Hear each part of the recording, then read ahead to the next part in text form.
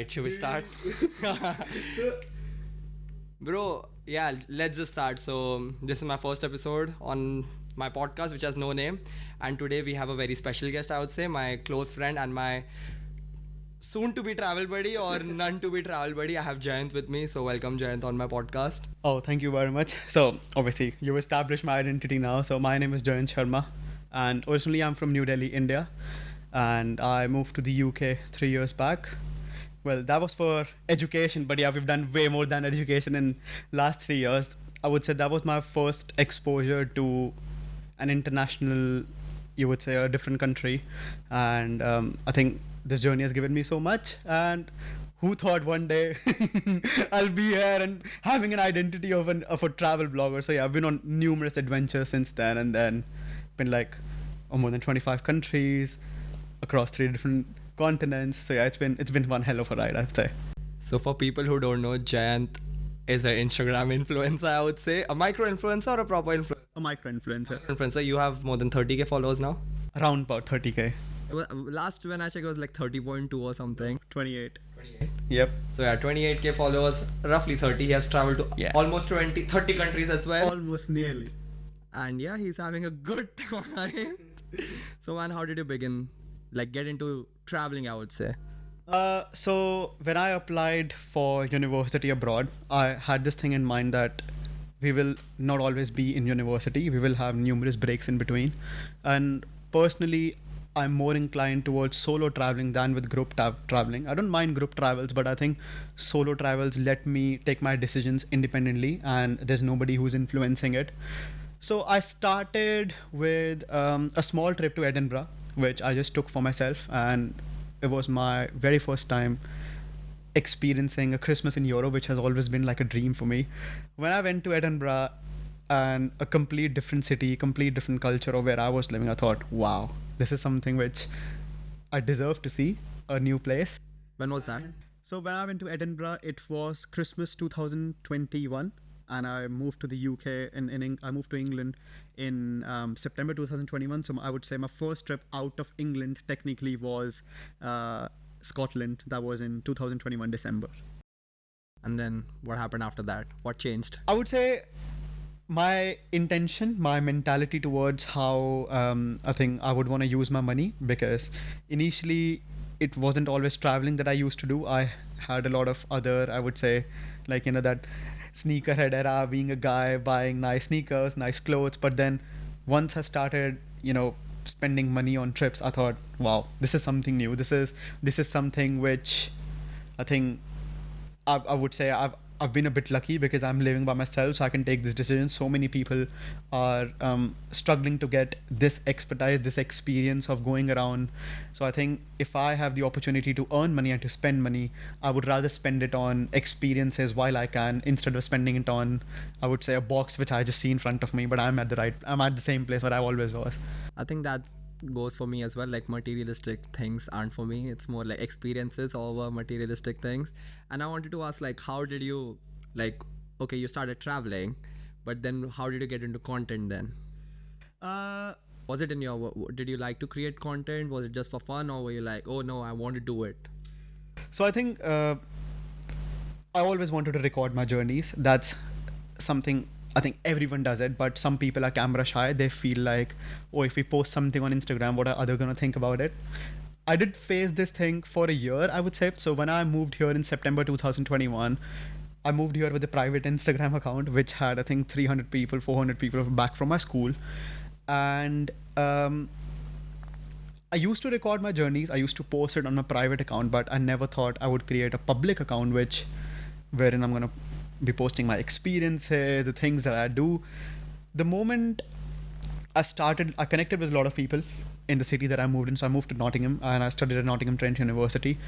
Met so many people from my class, my seniors, and then so many people who were photographers back home. And then when I looked at those portfolios at their Instagram accounts, I was like, that's good, that's nice. And then it's always good when you are, just like brushing up your skills, learning new photography techniques, learning new framings, learning new ways how to use technology. I've always wanted to do it. And when I saw these little little steps that I'm taking is being appreciated by people. So you get the validation that you always need. That fueled my passion. And I started with creating a lot of content about Nottingham. So if you ask me how my content creation journey began, I would say it began with posting a lot of content about Nottingham. And that was because once I turned my account public, I posted a lot about the city that I live in, the aesthetics, beautiful walks, sunsets, sunrises, the cityscapes, the festivities, the cultural events, all across Nottingham.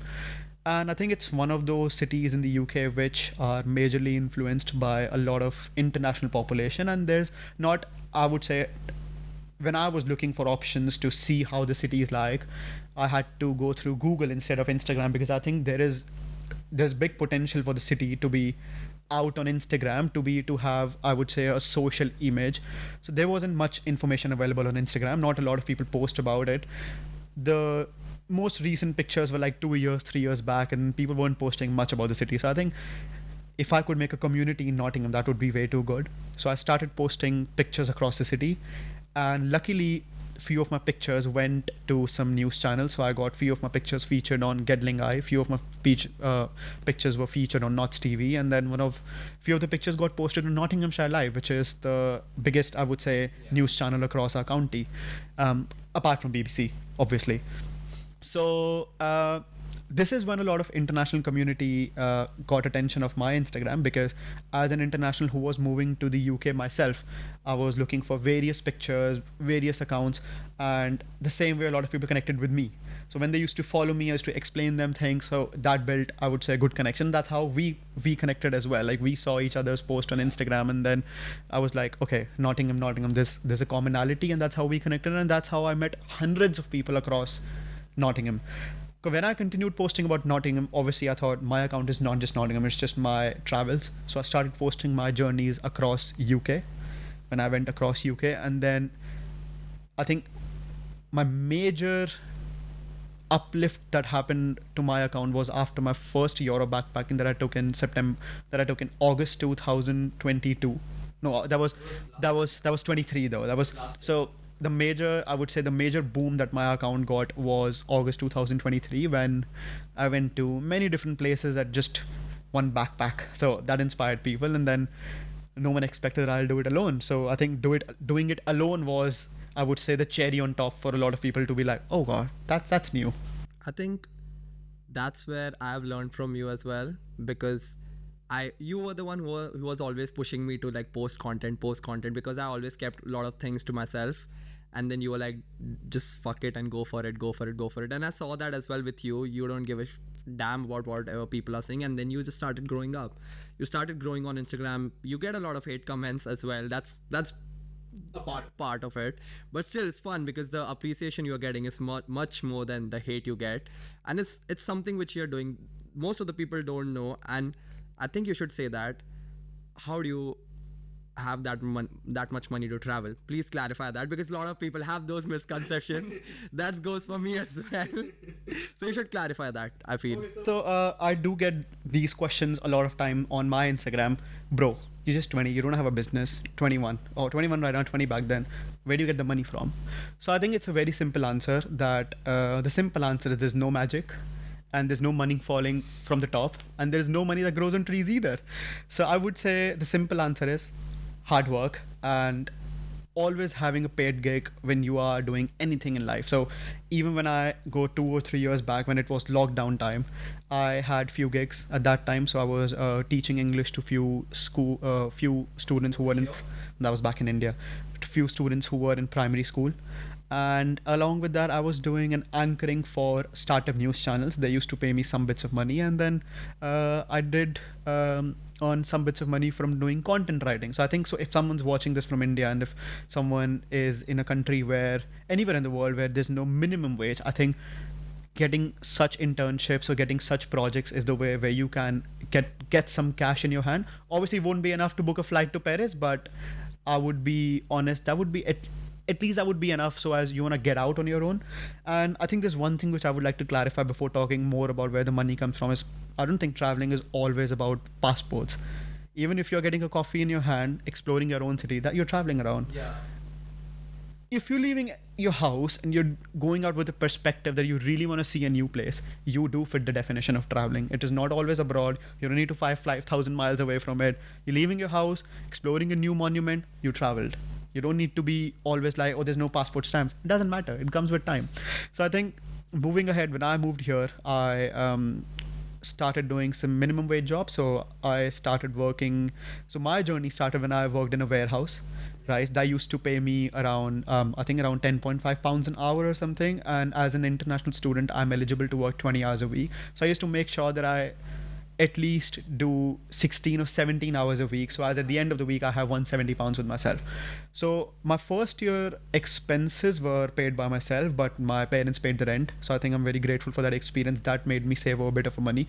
But I think one of the good advices, which if any international students watching or any potential international student is watching, is would be don't miss out working in your breaks. You, as an international student, especially if you're coming for bachelor's, you will get a lot of time off from university, and I think that is the way you can crunch in as much money as you can, and you can work unlimited hours. Obviously, look after yourself, but I think when you know you have the goals that you want to spend a lot of money and you have no other source, though I think working is the only source left. So I would say that is the best advice I would give, that and that is how I did it myself, that whenever it's your summer break, Easter break, winter break, I mean, flying home makes sense, but don't do it twice or thrice a year. I come from New Delhi, so it's scorching heat in month of June and July. Tell me the purpose of leaving such nice climate in the UK. Obviously not nice all across the year, but at least in June, July. July, like summer peak summer. Yeah, it's beautiful sunshine outside, and then why would you expect me to get roasted in New Delhi Same goes for Mumbai. summer and just leave this beautiful country behind? So I think this is something which fueled my passion for traveling, and then this is something which fueled the money for traveling. That I used to work a lot in my summer break, and then after working in warehouses, restaurants, in second year I found a very good job working as an admin with the NHS. So that was a bit higher than the minimum wage, and that is obviously when this is how you grow up as well when you start working. If you don't start working in your university, I think you miss out a lot of portions about it. You miss going out with your friends, because then you think a lot about finances and you feel a bit of a guilt inside you that of course I'm not making money, should I be spending here or there not. So this is something which I read and made myself aware that I have to work my arse off if I really want to, if I really want to achieve what I dreamt of. So this is how the money came in. How hard was it getting a job here?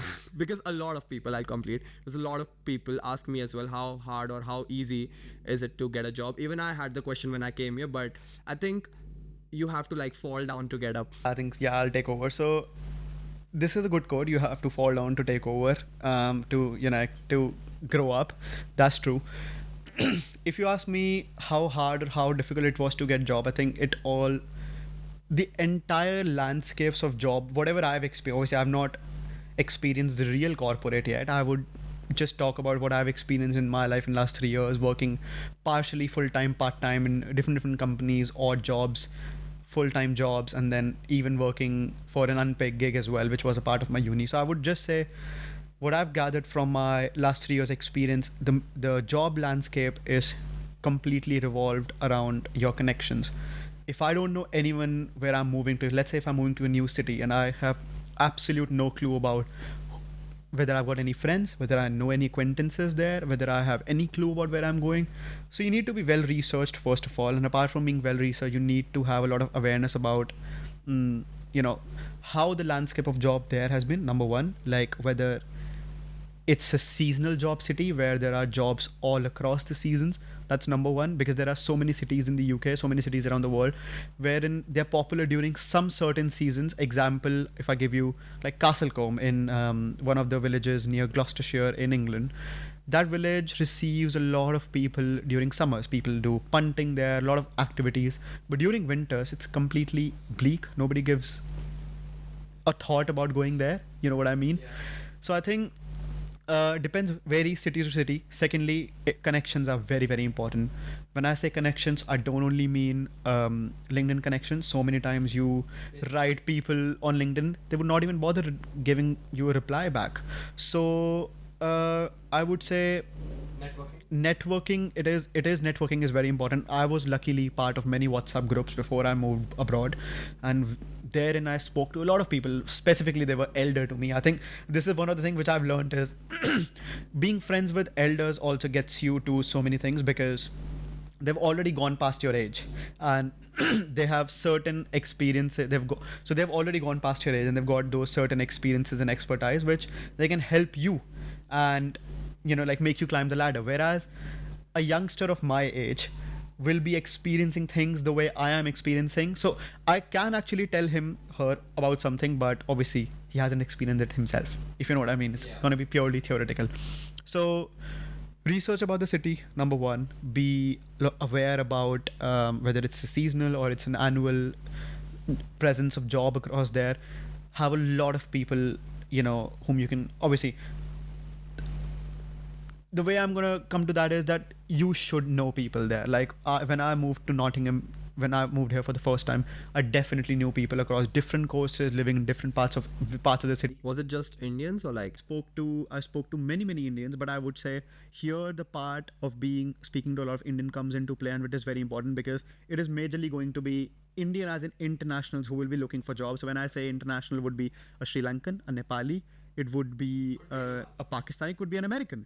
You know what I mean? It could be anyone. Anyone who is coming to the UK to study and also wants to, like take out the expenses from his or her own side. So I think this is where Indians played a lot of role for me because I barely know any British national who works part-time. They do in the summer months and in the winter months, but I'm not sure if they do it when they study. So I think it's only the Indians or the other international student who come from middle income countries are the ones who are doing it. An American would not bother working in a restaurant in the UK because I think the government supports their education abroad in a better way compared to how we are supported from loans back home. Because no matter how much you take, you have to return the loan with a bigger EMI. So a lot of people tend to work here so as they don't need to take out money from their loans. So this is where a lot of Indians, I would say, helped me. Senior Indians, junior Indians, all of them had their prospective jobs, and I always used to text them, call them, do you have any vacancies available, or you want to pitch my CV, or you want to pitch my name to their employers. And once there's any vacancy available, they used to call me, and that's how I got my first job. And when it says that you have to what did you say, lay down to climb up, something like that, so Like fall down to climb up, I think that was true. Because tell me when in my life I imagine I wanted to work in a warehouse, when I thought when I'm going I think no one wants to do that. wants to do it. Like that is It's like beggars can't be choosers, exactly at that point of time when I thought, okay, at least I'm getting something, it's better. Instead, I would just be like sitting at home, going to uni. So it's very important for everyone to understand that going to uni in the UK is not same as going to uni in India. In India, you're tied up to a schedule like school. You have to enter a university at a certain time. You have to exit at a certain time. Whereas in the UK, I went to university 3 times a week, 3 days a week, and every lecture was like an hour worth of lecture, an hour worth of workshop. Now technically, I'm going to uni for 3 hours a day, and that too 3 days a week or 4 days a week. But it has never been like extensive hours that I need to contribute, just like school, entering my university at 8-9 a.m. and then leaving, swiping out the card back at 5 p.m. and all I did was attended 2 lectures today. Absolutely not. You have a lot of time for yourself, and I think this is where I would say you and I both got a chance to create a lot of content, because it depends how you want to use it. And that is why I thought, okay, let's just keep few days to work. The money that I'm going to be getting from work, I'm going to use it for traveling. After traveling, I'm going to use that content for content creation. So there was a if you say there's a loop, there's a vicious circle which revolves around it. And I think it's very important to have a lifestyle like that. Work, earn money, spend it, use it creatively, and then repeat it. So that's how I did it. I'll cut you there. What about studies? because I'll tell you, a lot of people watching this, they might be misleaded, like you didn't study or something like that, and we don't want that intention over here. I feel like, I think you should clarify that you were studying, you were managing your studies with your passion, with your job and everything. It's just that you had that extra time, you were managing that well, and you were studying, you were doing that because that was your main purpose. Otherwise, I'm pretty sure there would be so many people who would be like, fuck uni, fuck everything, I'm coming here to work, travel, that's it, and they'll just collapse, I would say. Yeah, so this is when I said that obviously I was tied up to 20 hours a week. I think there was no point of bringing studies into it because that is the primary goal. So I think having a having a second thought about it is lethal at this stage. When I'm here on a student visa, the priority should be studies and studies. Everything is secondary, right? If you know what I mean. So the only reason I didn't mention about studies was basically I don't think anyone should take it this way that moving abroad when you're on a student visa is all about chilling, all about having fun, all about making money. Absolutely not. You are tied up to your university, you are here for a purpose. Achieve that purpose first and then go to the second thing. You can do all of them together, but it's very important to keep 80% of the ratio for studies and 20% for the rest of the things that you're doing. Makes sense. And coming back to traveling, let's get back into traveling because we have spoken a lot about your uni life and everything. So, name like, I want to know like your top 5 countries and top 5 cities you have visited so far. Okay, so if you're asking about top 5, so Maybe top 3, maybe top 3. Yeah, let's go for top. let's go for top 3. So let me clarify a bit here. So obviously, as an Indian passport holder, I am always tied up to visas and stuff. It completely depends how long I'm getting a visa for. If the embassy is being nice with me, they give me a longer visa, I would spend longer time in the cities or countries that I go. Well, I've been unfortunate in both the times I've applied for a European visa, for a Schengen visa. I have always got very shorter length, and I'm someone who travels solo. And I think this is something you would agree. When you travel solo, you have a lot of time for yourself because you don't have to go ahead with somebody else's schedule. You want to wake up at a certain time, you wake up at a certain time. You want to come back to your hotel at a certain time, you come back to your accommodation at a certain time. So I personally have went to so many cities and just one city in a country, right? And major cities which actually I would say is the backbone of a country. So I've seen many cities, but if I have to talk about my top 5 cities which I've been, in no particular order, but even if I have an order, I would say Rome is a very unreal city in my opinion. That will be number 1. Would be number 1. Not number 5. No, not number 5 for sure. So it has to be number 1. If you look at the architecture, I think some people have done a great job in past. When I say architecture, I just don't mean buildings. I mean the smallest and the smallest of the things, which I would say so many people would not even notice is there, right? I think number 2 would be the Gaudi's Paradise, Barcelona. I really love the Barcelona, and especially the example structures, which the squares that they have in the city. And when you go at a certain point, which obviously it's surrounded with so many hills around it. So if you go to the top of any mount or any hill, you can see how the squares have been planned, and they did it like hundreds of years ago. And it just makes me go mad, like how Europeans were so fine in what they know. I don't have to think twice by saying London has been a great experience. It undoubtedly has to be One of your favorite cities. it has to be one of my favorite cities because I think it's a great mix of history and I would say and modern. I think some areas are becoming way too grey, way too shady, and way too modern, which personally I wouldn't expect in a European city. But I think you would also agree, you've spoken to British people, they have always had a different identity from Europeans. They always wanted to be socially different, culturally different, but they are unfortunately geographically a part of Europe. If they could, they would leave that as well, but they unfortunately couldn't. I mean, they did. Sorry. They did, but geographically they're still part of Europe. So, and I think no one in the entirety of human existence can now change it. So, any British hearing it, unfortunately, you have to be a part of Europe, and you are a European. You have to accept it. So, when I have to talk about it, I think 100% London will be in the list. And what about 3 countries then? Are we talking 2 more cities? Oh, let's just keep it to 3 maybe. So I think would be Rome, Barcelona, and London. My top 3 cities. Okay. And what about 3 countries then? Top 3 countries. I think Montenegro is one of the most underrated destinations across the world. People are obsessed with Italy. People are obsessed with Croatia, obsessed with Spain, but they don't know they can find the same things in Montenegro. I'm not saying skip them. Don't get me wrong. It's not an alternative, but it's an addition, right? You can find great architecture, great Food, great food. because it lies on the same Adriatic coast. So it's Italy, Adriatic Sea, and then Montenegro. So it's same influence. People don't know like Italians have a lot of influence on Montenegro. So, and even Croatians and even Serbians. So it's a mixture of everything. And I've heard people say Albania is a hidden gem as well. And you would agree because you've been across a lot of Albania and you've had a nice trip. Seen the whole country. Exactly. So I think Albania is also known as cheap Greece. That's what people give that country a title, because Greece is obviously one of the I think destinations. Albania is also called the Maldives of. There's a place in Albania that's called the Maldives of Europe as well, because it's really cheap and so beautiful. Yeah, and obviously Montenegro has some spots like the Sveti Stefan Island, which is just, I would say, to a 20-minute boat ride from mainland Budva, which looks Fifi Islands, and even people call it the Hawaii of Montenegro. That's what people say. And when you look at the board, it says Budva to Hawaii, and obviously that Hawaii is not the US Hawaii. The Hawaii is the You're talking about Sveti Nikola. yeah, I'm talking about Sveti Nikola. Yeah, not the Sveti Stefan. Yeah, Sveti Stefan is the island or the hotel. Yeah, I'm talking about Yes, Nikola, yeah. people call it the Hawaii of Europe, Hawaii of Montenegro, because of its the trees. You see the islands and the green water, man. Oh my, very underrated.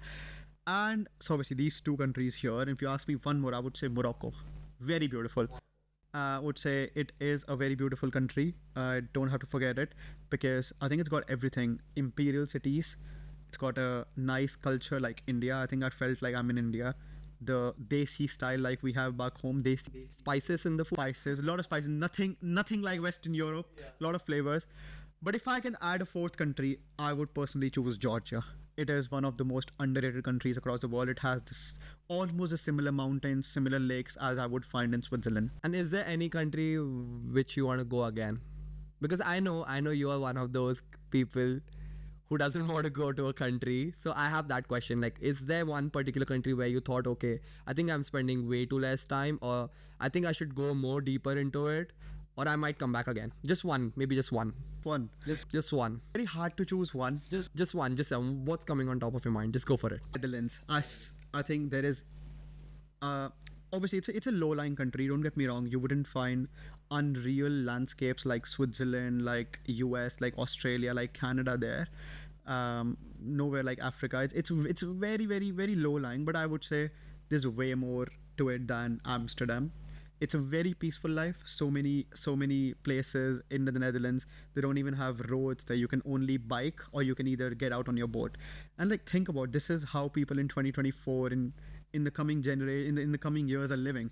Like, obviously we have come here in the UK and we think everything revolves around technology, huge buses, trains, big cars. People in the Netherlands, they would be millionaires, they would be going to supermarket in their boat. So I think very unreal. I would say Dutch people are actually living a very good life, and I would say the same would be with Scandinavian. But if you let me choose one more, the country which I would want to return to is going to be Turkey. I think. You just went to Istanbul there, I right? just went to Istanbul there, but I think the rest of the country is a bit more romanticized. Like, I would want to be with my life partner if I'm in Cappadocia, or with a group of friends. And imagine going to experiencing hot air balloon like alone. Makes sense. Even that goes for Greece, because I know Greece is one of the only countries which you haven't been to, and I totally understand. You won't watch the beautiful golden sunset at Santorini alone, where there are like thousands of couples behind you. Absolutely. So I think I would return to Netherlands to experience a bit more beyond Amsterdam. Like one experience, maybe one travel experience, not just a place, but one experience which you, if you had like unlimited money, you would do tomorrow. And one country which you have unlimited money and you can spend like how many days, how many months you wanna. What would be the answer for these two questions? Switzerland. Would be answer for the second one. So the experience would be going to the top of the Harderkulm from Interlaken in Switzerland. What's that? So it is a mountain.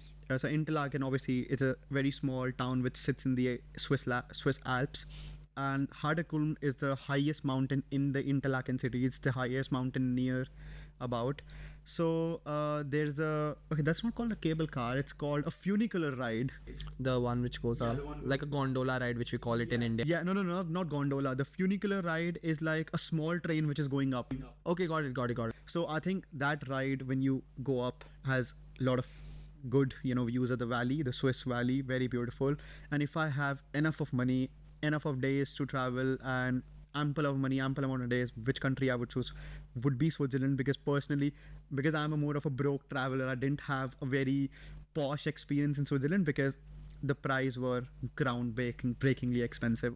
It was a shock to me that UK is one of the most expensive countries in the world, don't get me wrong, but here we get a cheap meal deal. If you don't know meal deal, like a sandwich paired with chips and a drink, we get it for like £4 or something, whereas in Switzerland a cold sandwich was like 10 10 Swiss francs. So Swiss francs, if I convert it into Indian rupees, would be 1100 rupees For just a sandwich. for just a sandwich. I haven't even had hot food, so I'm paying 1100 rupees for something which is cold.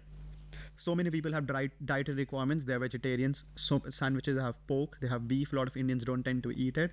So I think very limited options for people who are visiting from India and don't have a good budget.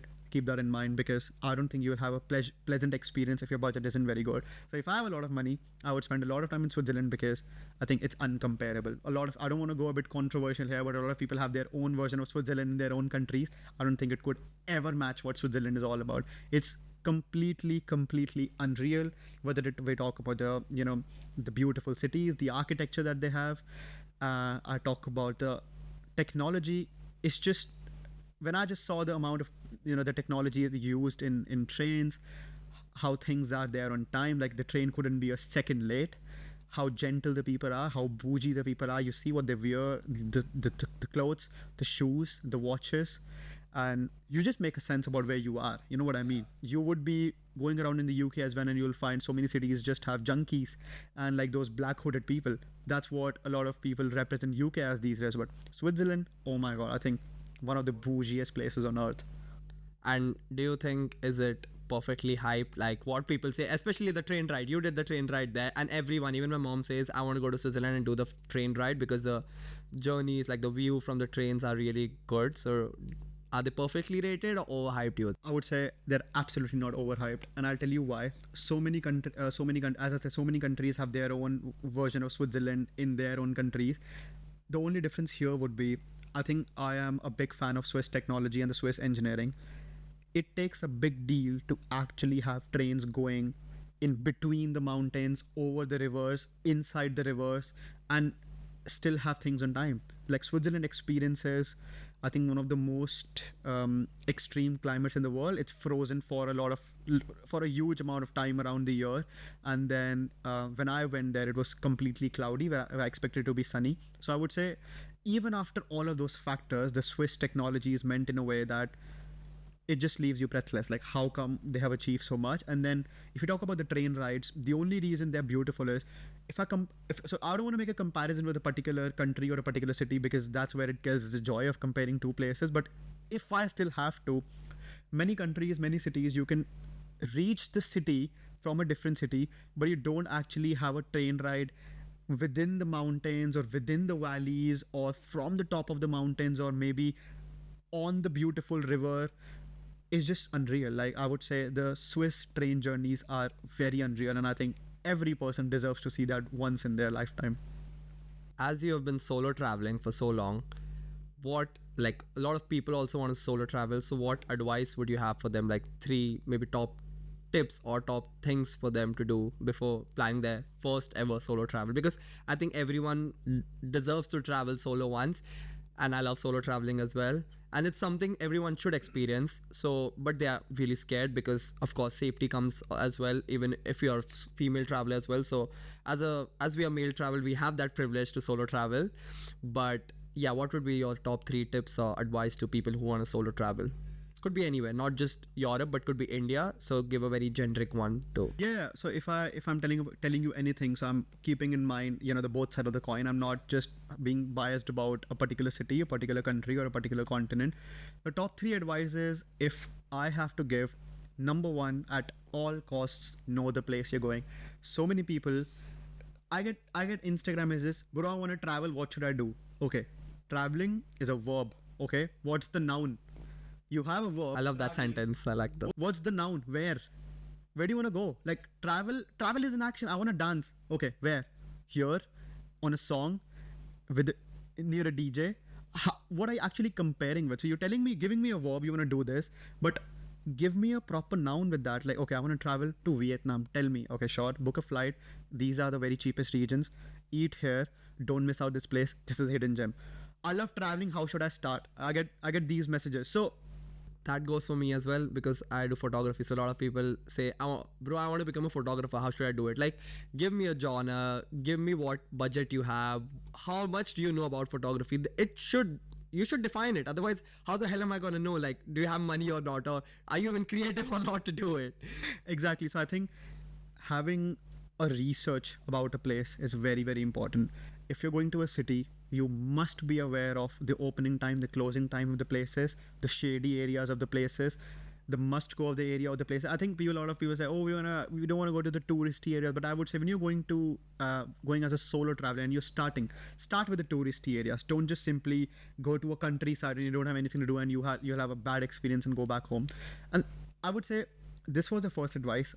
Very important to have good research about where you're going.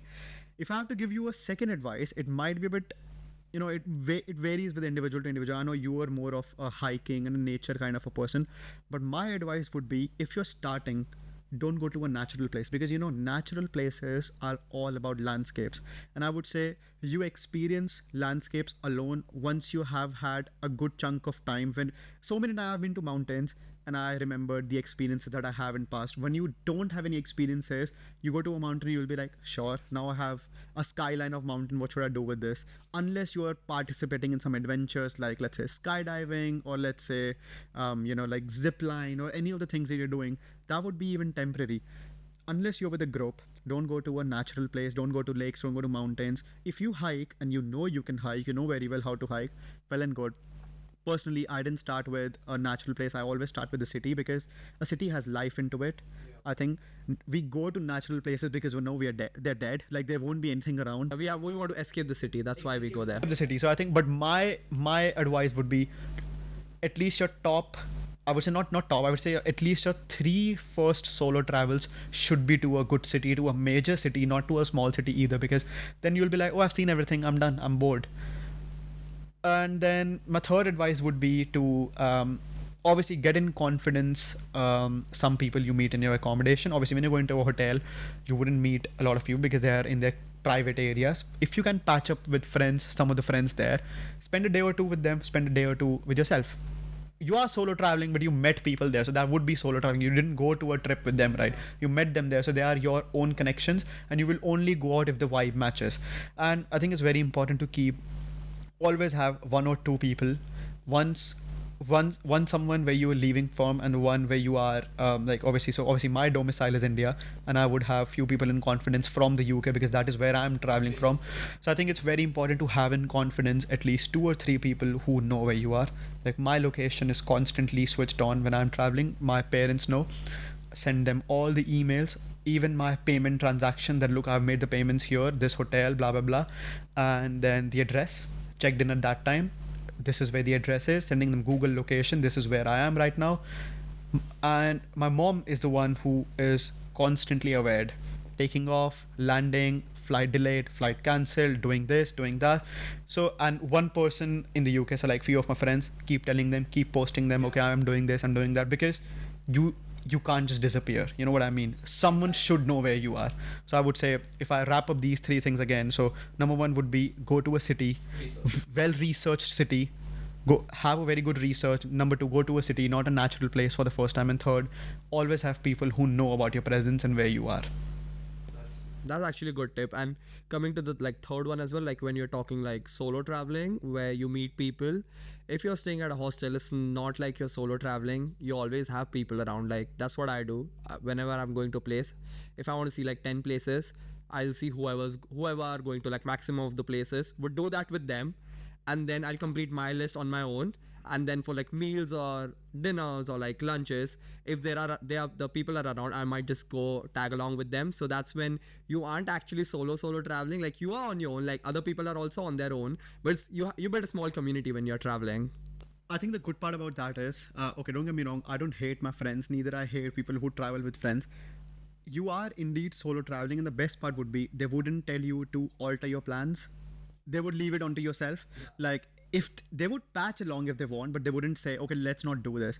The problem that I faced when I went on some group trips was, I want to wake up early to watch the sunrise. I want to have some moments in the city with just myself. And I think I had a very good experience, which I experienced in Prague. I would say it is one of my beautiful cities. If you would have let me choose top 5 cities, I was about to talk about Prague, but then the question was only about top 3. But I would say Prague is one of those cities which look unreal during the sunrise and the sunset, because it's called the city of 1,000 spires. And when you see the horizon, you see a pastel orange color and 1,000 spires when you're staring at the cityscape from the Charles Bridge. It's just unreal. Like, what has the human civilization come to? Coming back to the question, traveling with friends, because obviously you know it's your comfort zone and you have agreed that okay, we're going to listen to each other, we don't want to fight. Many times I had to alter my plans, which I haven't actually liked it. I had to cancel so many of my group trips which I've booked. So one good part about a lot of major cities around the world is that you can easily get along, and then you can technically experience the city, know a lot about the city for completely free, because there's a huge amount of city tours, Free walking tours, yeah. free walking tours. That's the right word. That you just get to know so much, and in the end you just have to tip them like Yeah. 5-7 euros in the end. It's worth it. That's totally worth the money. But this is something which I would say I had to cancel when I went with my friends. They were like, what should we do with it? Like, there's no point of going, blah, blah, blah. Let's go alone. We are 5 people ourselves. And I said, sure. So you see, I had to cut down my plan so as the group agrees, right? I couldn't wake up early because they wouldn't say, okay, you're with us. They will keep me awake till night. And then I think this is something which, this is my travel practices, that I like to wake up early, have the entire city to myself, and all the places which I just need to see from outside and just stare at and just experience like, wow, this is a marvel.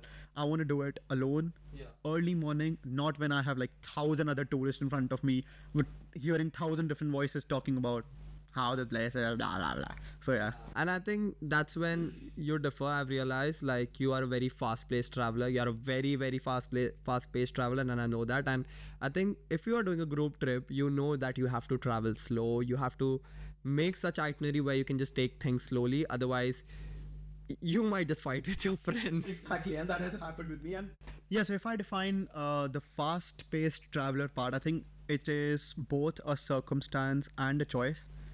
How a circumstance, as I told you about the visas, like even when I've written it to the embassies in a cover letter, please give me a longer visa, I've never got it because it's completely their choice. How long is the duration? There is no defined rule that okay, if you show a specific amount of money or if you show a specific thing in your application, they would give you a longer.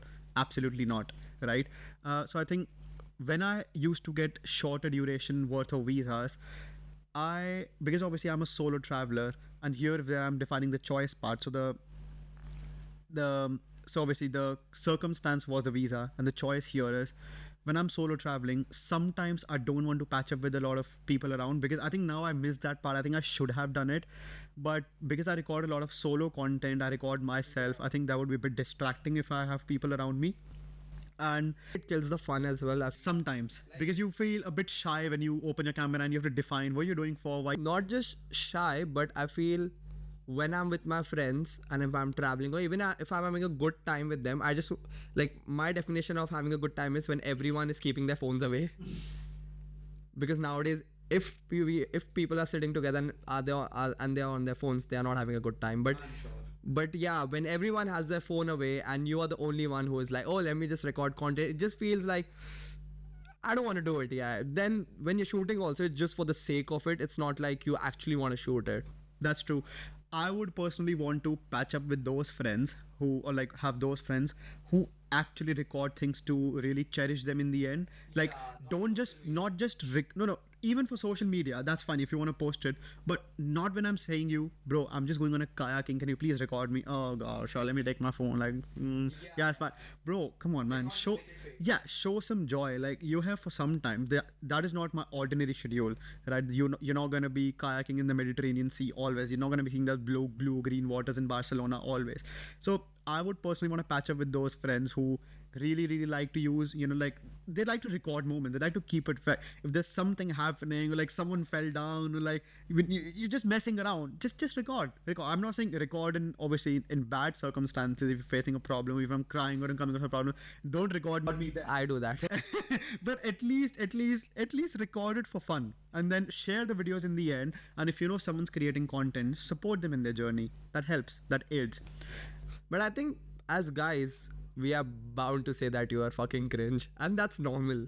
I think I do hear it a lot. That's normal. Like as a guy, if we both, I mean, it's fine with we both, but still, I would say if you're making that weird ass face while you're recording yourself, I would just say that you're looking stupid or you're looking like an ass. I would straight up say that. But it's good. Like that's just how we are. Like we won't say nice things. Yeah, that's the way of saying nice things. We would say like you are looking like an ass, but that's the way of supporting you.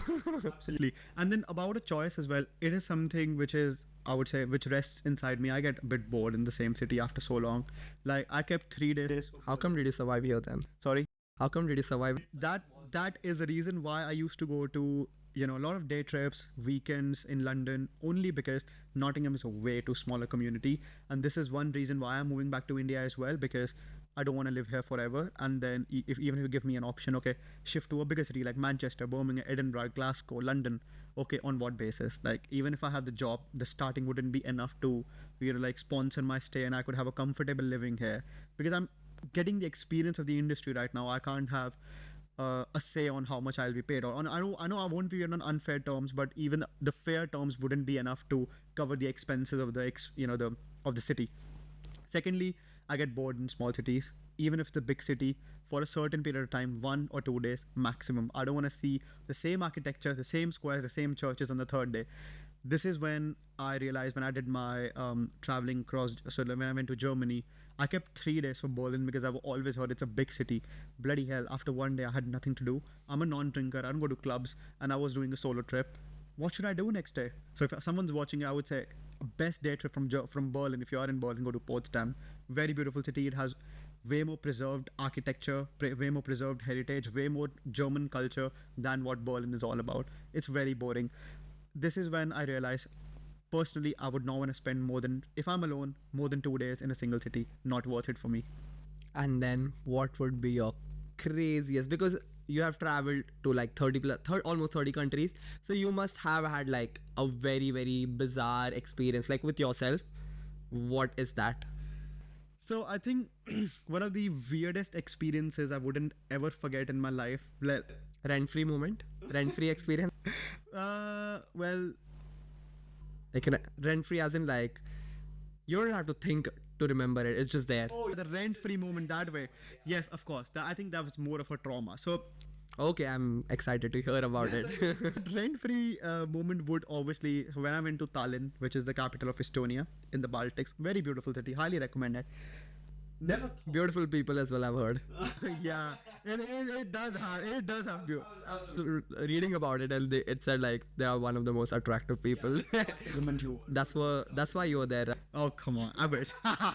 But I'm sure Someone's blushing. So but my experience when I'm going to come to was almost related to being an attractive woman. So I think one of the most bizarrest experience I would say here was in my hostel night, randomly waking up at 3 a.m. because I'm hearing something and I don't know what I'm hearing, and I wake up at 3 a.m. with a shock, like, oh my god, my bunk, was it a ghost? my bunk is suddenly moving, and I don't understand. It's an earthquake. So like, earthquake in Baltics for what? Makes no sense, right? And then I find out 3 a.m. someone right next to my bunk having sex in an accommodation. I just don't understand. If someone wants to have a good night, why would you do it in a hostel?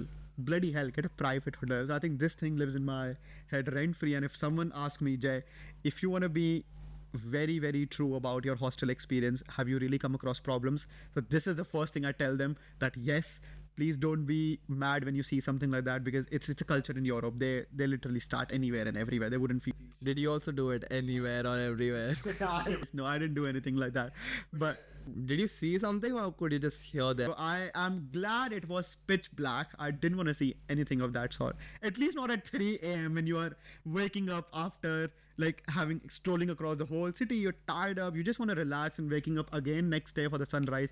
But someone at 3 a.m. wants to decide to have something else. So you unfortunately have to wake up and do this. One of the biggest and one of the most hot questions I have for you is a lot of Bollywood movies show things like traveling, like Ye Jawani Hai Diwani, Zindagi Na Milegi Dobara, even Queen, I would say.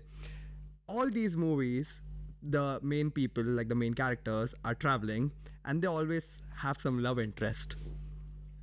Did you get any, or is it not like what they show in the movies? So when you, okay, define a bit more for me. When you say love interest, is it like falling in love with someone at a place where you're going?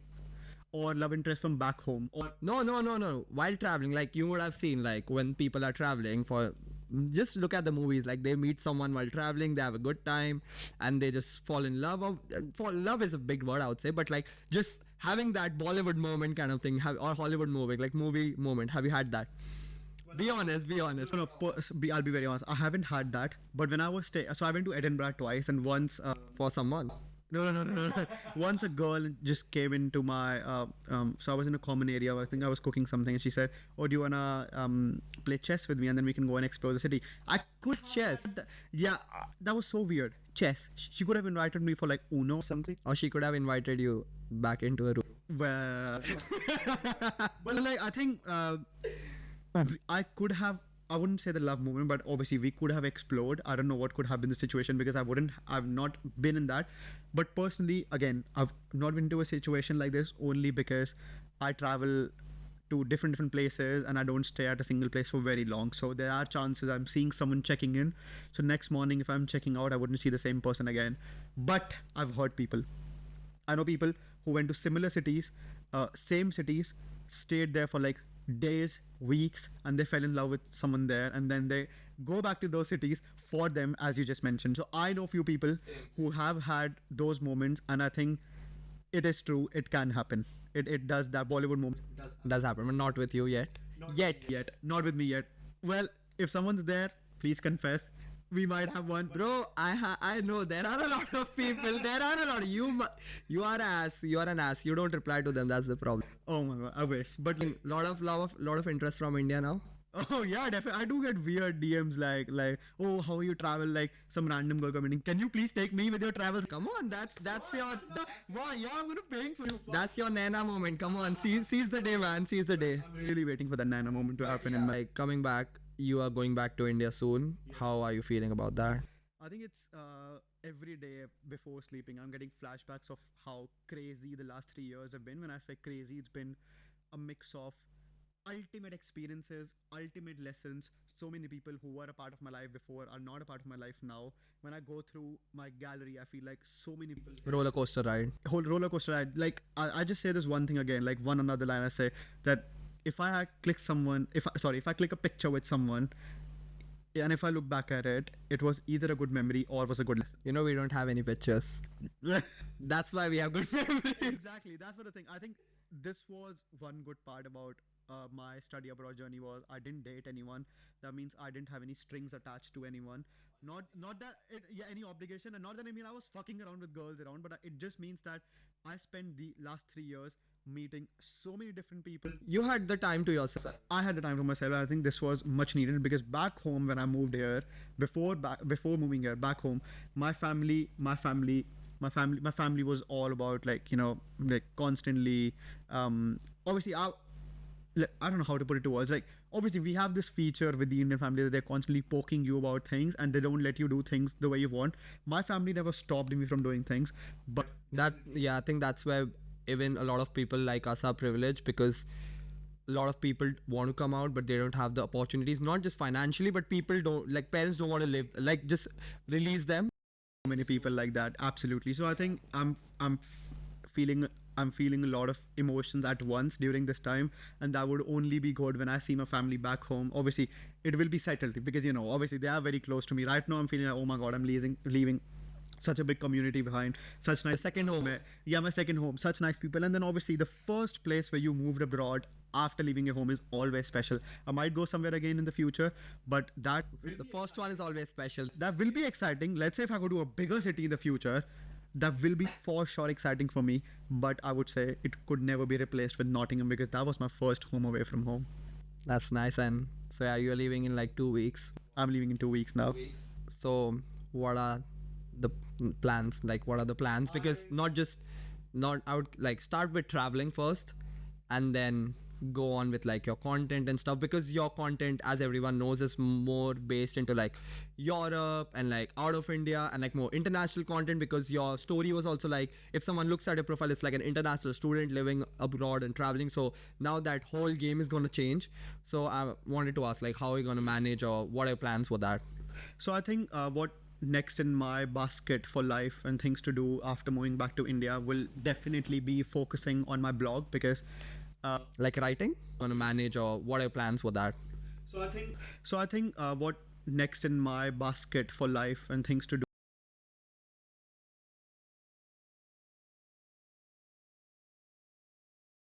Gonna manage, or what are your plans for that? so I think what next in my basket for life and things to do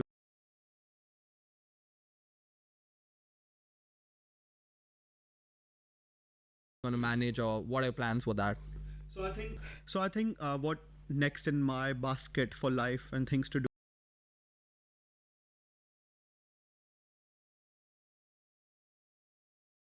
Gonna manage, or what are your plans for that? so I think what next in my basket for life and things to do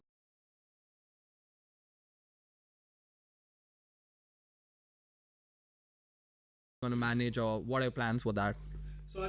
so I think what next in my basket for life and things to do